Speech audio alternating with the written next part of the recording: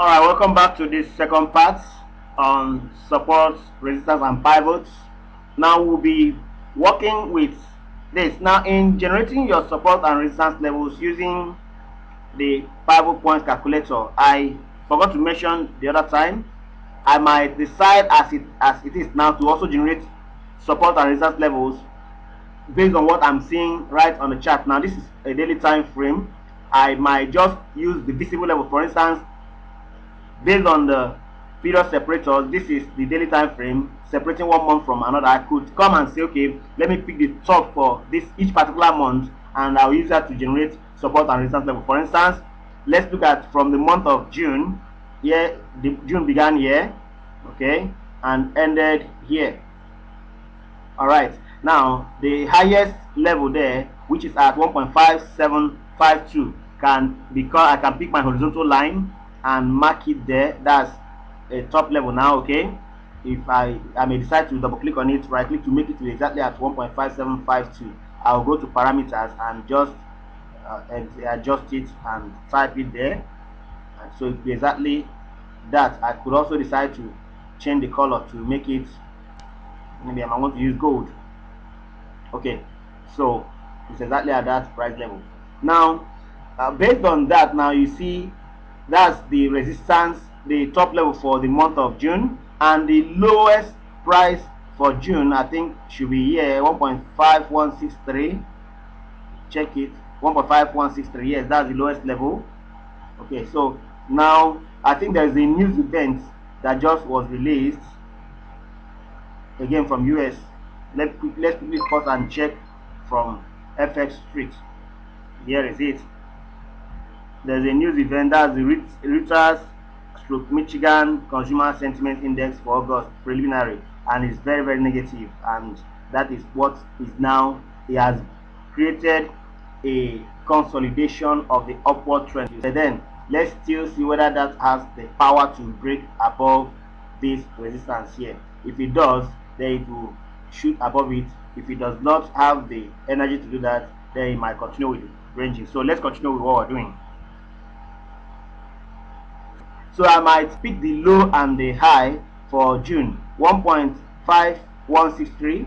so, and this is 1.5163, so I want to correct it, just double click and select, right click and select horizontal line properties, and I come here and 1.5163.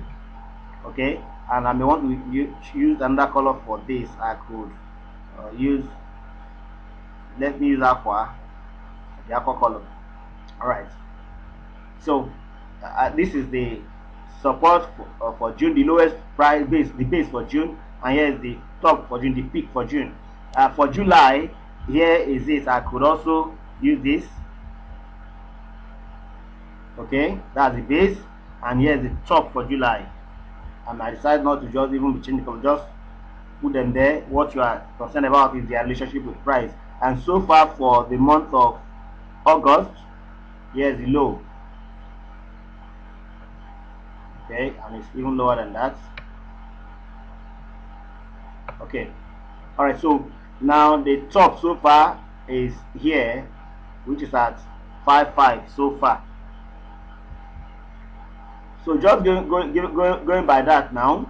All right, so you have these levels now, they are all serving as support and resistance levels. So long as a level is above price, it is resistance, and if it's below the price, it's serving as support.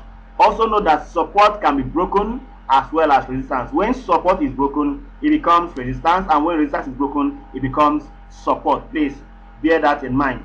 Now you have drawn your support and resistance line. You can work with this at least on the daily time frame, but you may also decide to reduce your time frame to operate on a lower time frame basis. In that case, I'm on 1 hour now, and on 1 hour I could do that the same. I could do the same thing on daily basis. In that case, what happened yesterday, I picked the bottom and plot it.